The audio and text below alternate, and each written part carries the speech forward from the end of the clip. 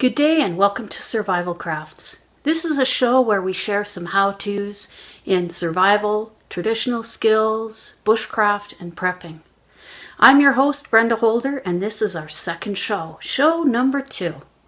In this video, Dave is going to be showing you how to make a fire bag and what he carries in his. And Jordan is going to be taking you to find some accelerants that you can use out in nature. This is a very useful piece of equipment that you can take anywhere with you, whether you're going into the bush for a one-day hike or 2-week trek. Regardless of what you're doing, a fire bag is a useful piece of equipment to take with you. Hi everyone, so today what I'm going to be talking about is one of the items that I carry in my backpack here. I teach courses for the Interpretive Guiding Association, and I teach a group management course which is for potential guides who are going to be leading hiking trips here within the Rockies. One of the items that I show them is the fire bag, and a fire bag is essential for a survival situation, and being we're going out there as not full-blown survival instructors or in a prepper situation, we're really going out there and guiding people out there. We have to be ready for everything that could happen out there to us. So being able to build a fire is a very, very important task. So I'm going to be talking about this today, the fire bag that I carry with me. So here's the fire bag that I carry with me when I go out guiding on regular trips. We're carrying a lot of equipment as guides, so we try and keep everything down to a minimum. Of course, this can be used in conjunction with the bush knife that I carry as well. And here I've got a Mora knife. It's at the lower end of the range, and this is one of my carbon steel Mora knives. On this I have a Ferrocerium rod on the side and a lighter, and of course I have the carbon steel itself, which will throw a spark quite readily, which we'll have a look at later on. First, let's unpack the bag here and see what's inside it.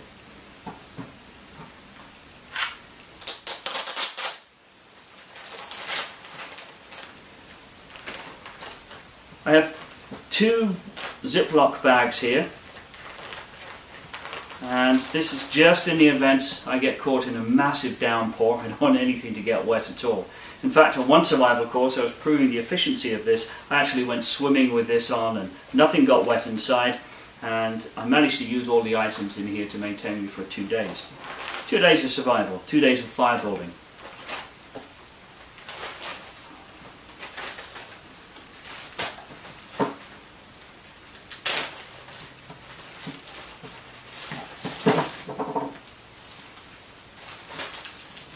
First item, which I'll move out of the way pretty swiftly here, which has nothing to do with fire lighting. These are my emergency Puri tabs for purifying water. I carry them with my fire lighting kit because then I know where they are. And as you can see they're small items, so my fire lighting kit is precious, so is water, so I keep the two together. I have a bag full of survival matches here. These matches give off a very long fizzle and glow, and eventually they will give a small flame. Inside my bag of matches here, there's also a striker. I carry 2 candles, 2 tea lights, and something that's fairly new on the market is a small package of wet fire here.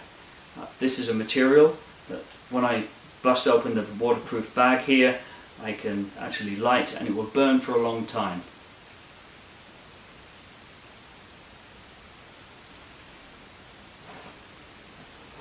And then carry a box of matches here.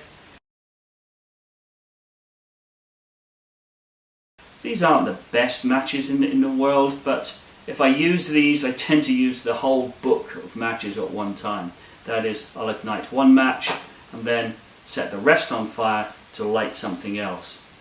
Part of my philosophy of go big and get home or die. Oh, the melodrama. I have some cotton here. It's made from pure cotton jeans. And then I also have a handful of cotton wool. I've also got a boot polish tin that has no boot polish. It actually has cotton wool on the inside, these cotton wool balls.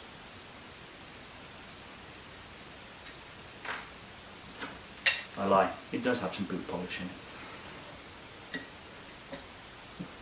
So there we went through the bag, my fire bag, and I showed you everything that I have inside that. But I also have to think to myself that not only do I have fire lighting materials within my fire bag, I carry fire lighting materials maybe in my pack that I should be thinking about as well.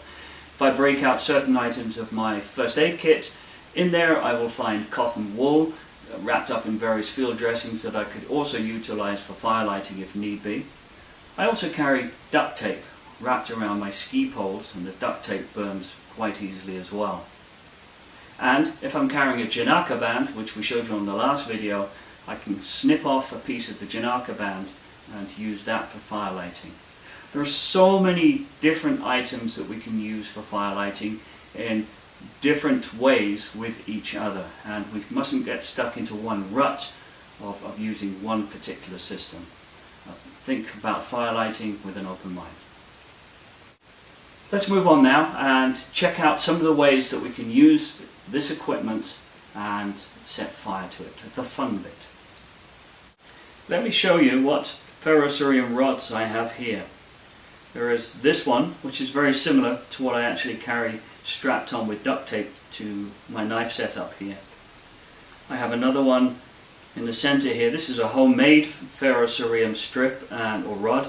I was lucky to get some from a stock source, and I just wrapped duct tape around the top and then string. You might be able to see blue colouring on these. I actually paint these blue so that when I use them on a bushcraft survival courses, if somebody drops them on the ground, they're easy to find again. Probably something for you to think about. This is a much longer rod, and I can get a much longer strike on this, though of course it's a little bit heavier than these other two down here. These rods come with their own striker, though in most cases I find that the strikers you get for the rods are not very, very good. So here's a typical striker here.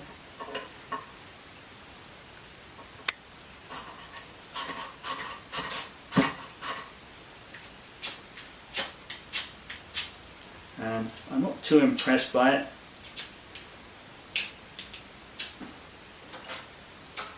Sometimes though, what a lot of people like to do is to take a short section hacksaw blade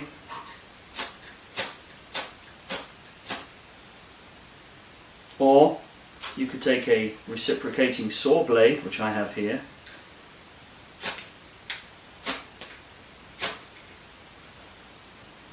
or you can use the back of your knife.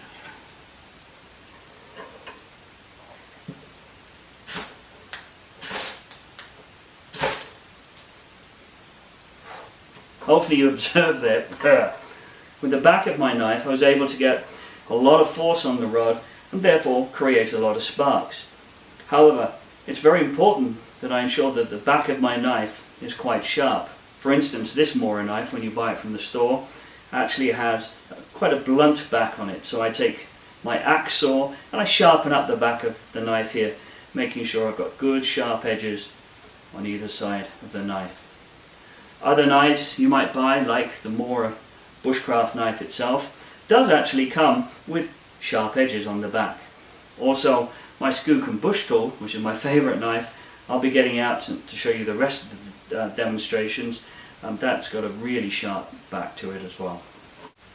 There are quite a few ways to actually use your knife or your hacksaw blade or striker to strike a spark from these rods. One thing that we have to be aware of though is if I constantly strike from top to bottom on the rod, I might wear out this section of the rod, which I'm doing on this rod here, and the tip might not get too much wear at all. Of course, the danger being that I'm going to wear away the center of the rod and it will snap in two. What I can do is to use my thumb to push on the end of the blade and also my hand to apply a bit of downward pressure, but I put the blade near the end of the rod and push.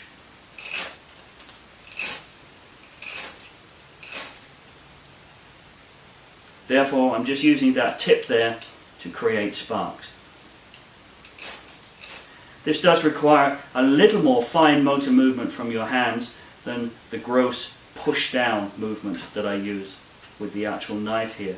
So if your hands are getting a little bit chilly, this particular motion could be hard to achieve. With this larger motion though, I can create a vast quantity of sparks, and you just hang on to everything with your fists rather than just using your fingers.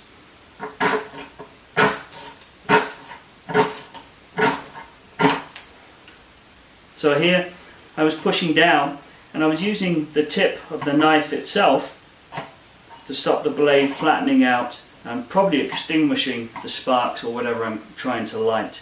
Another way I can actually do this is to pull the rod towards me while bearing down on my hand.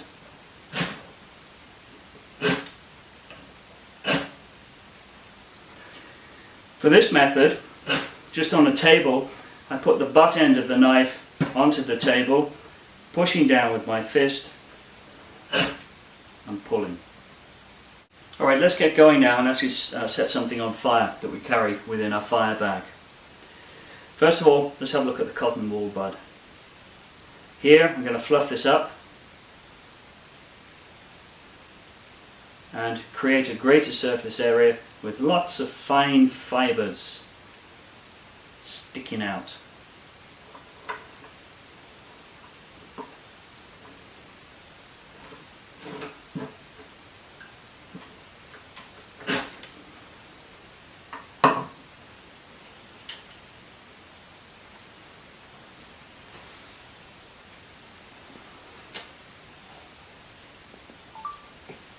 The cotton wool bud that we just ignited was quite dry, and it won't burn for a long time.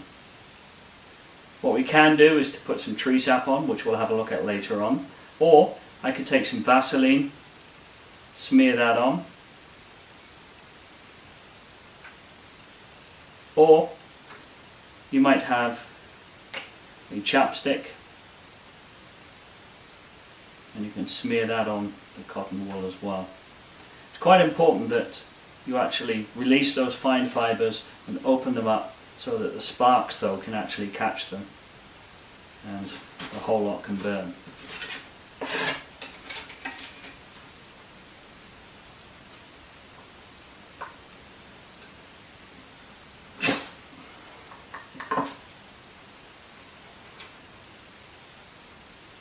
And now from this one we'll get a much longer burn.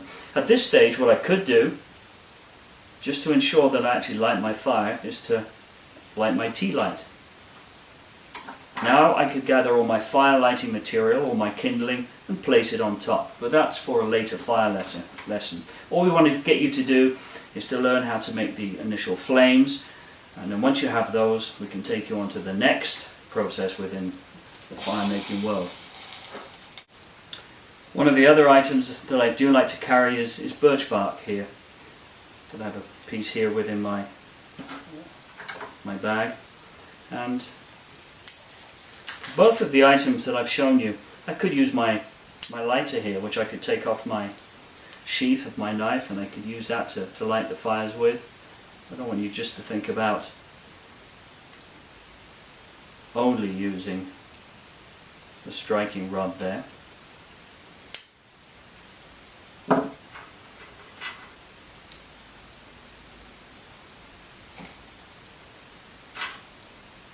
But the birch bark itself will actually catch quite readily. What I have to do is to rough up the surface. I'm going to put this wood here to try and flatten the area out there a little bit.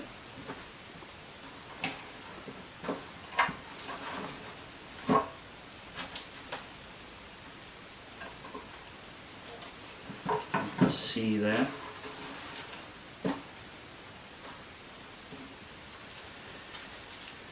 So here I'm quite lucky in that the actual outer layers of the birch bark are quite loose and they are quite fine, and if necessary I can take my knife and just loosen them up a bit more and make some fine feathers on top of the bark.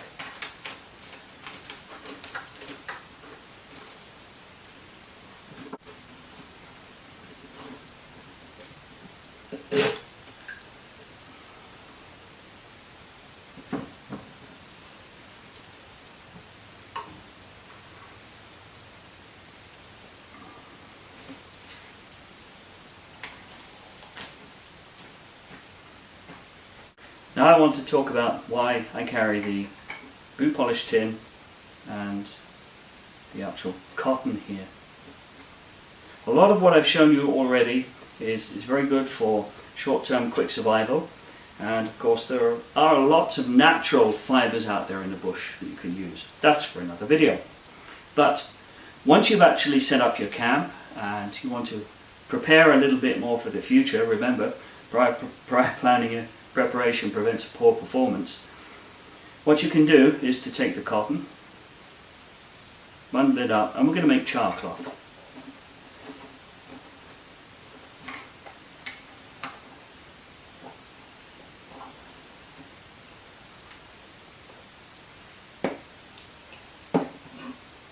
There, I put it into the can. I need to put a hole in.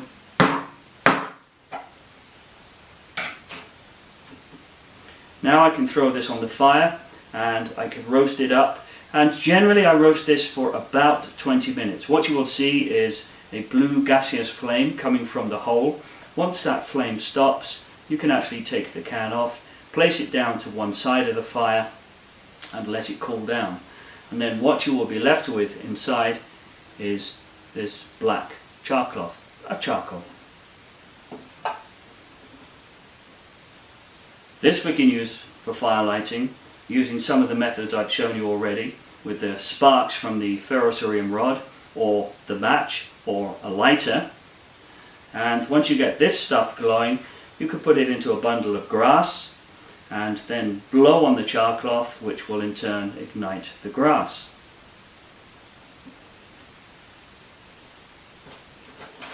This stuff does not burst into flame, rather it glows.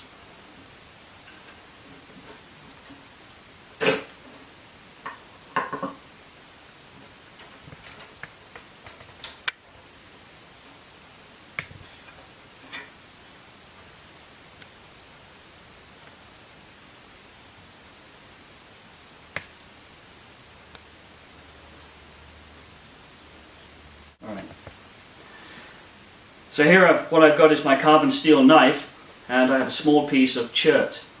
You could use flint. And I hold my knife by putting my thumb on the back there, my fingers there, push them down onto the choil of the knife, which is that area there. Pull my fingertips back from the edge and strike down.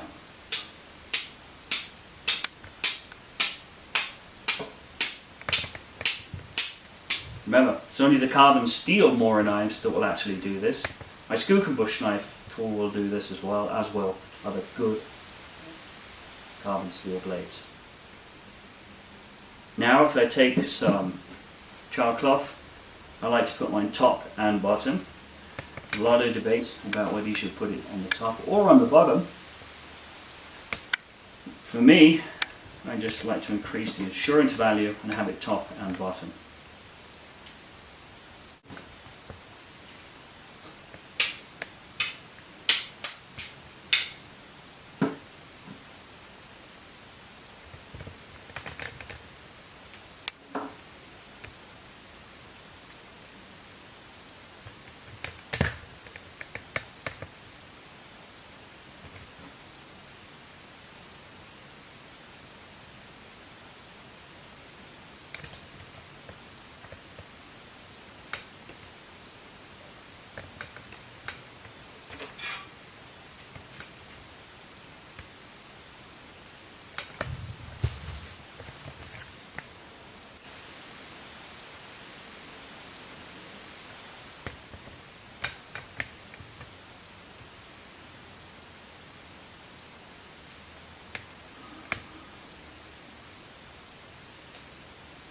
So then we dealt with the char cloth, getting it to glow, and then I introduced some cotton wool around it and got it to burst into flames. I could have used grass, and I also could have used the inner bark from trees in the area.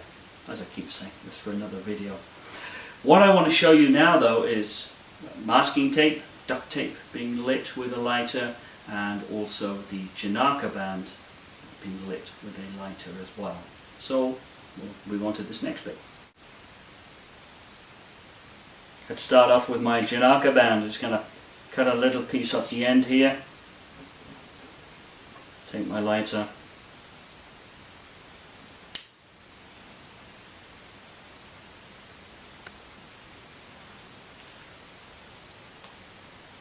And there it burns nicely.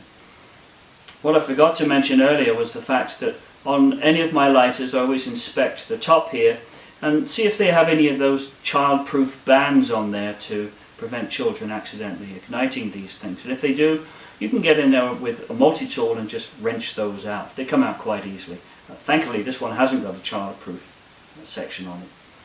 Hence I'm using it quite easily.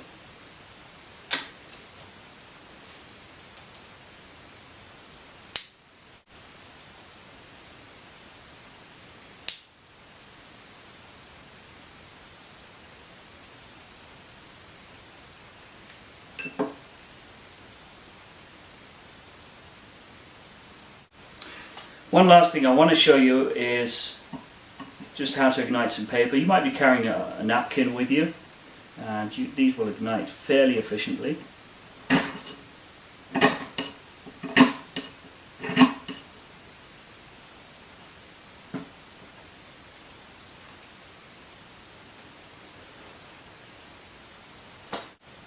Okay, to wrap up this section, we covered a bunch of things that I carry within my fire bag, and I carry this wherever I go on any outdoor backcountry trip. And this combination of fire lighting materials that I have here has never let me down at all. So that's it from me. I'm going to pass you on to Jordan, and he's going to show you another accelerant, a more natural accelerant that you can find typically in the bush where you live. Hello everybody, it's Jordan here. I'm one of the instructors with Mohican Trails here on the Survival Craft channel. And what I'm talking about right now is I'm kind of going to elaborate on what Dave was talking about with accelerants. If you find yourself in a situation where you're in need of an accelerant and you don't have petroleum jelly, hand sanitizer, or chapstick, I'd like to tell you about a natural source for an accelerant. Right here, we have the spruce tree. So this spruce tree here is a little too small for me to collect the sap from.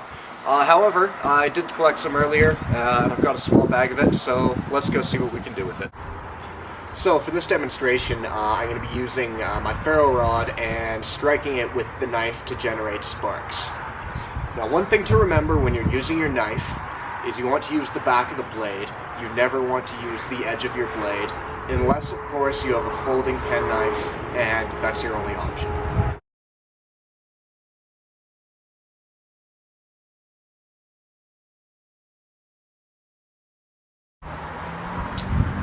So, right here, I have the spruce sap that I gathered, and I'm going to put it on one of these cotton balls, and we're going to burn both, and you'll get to see which one burns longer.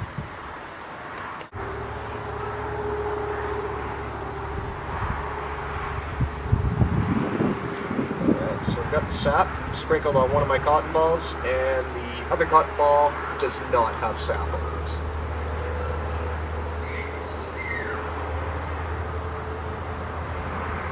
And just a reminder, what I like to do is hold the knife and pull back with the spark rod. It feels more natural to push the knife forward, but the danger is you can hit your tinder and put it out.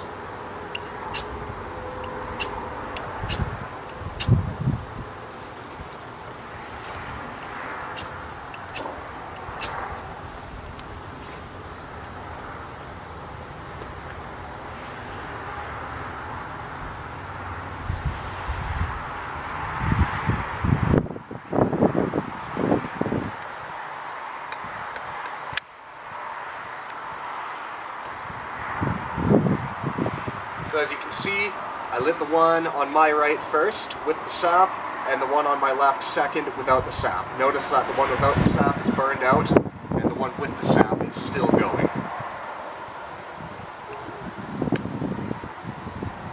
Well, I hope you enjoyed the video. Thank you for watching, and I'll see you next time. Well, I hope you enjoyed that video and you got some helpful hints and tips on how to make your own fire bag and to find some accelerants. Until next time, thank you for watching. And if you like what we do, please subscribe to our channel, give us a like, make some comments, or even embed this video onto your website or Facebook page. Love it when you share it with your friends. And if you have any suggestions on how we can improve the videos, or if you would like to see something that we haven't made that you think we can create for you, let us know and we'll be happy to make that happen. Until next time, we'll see you on the next video.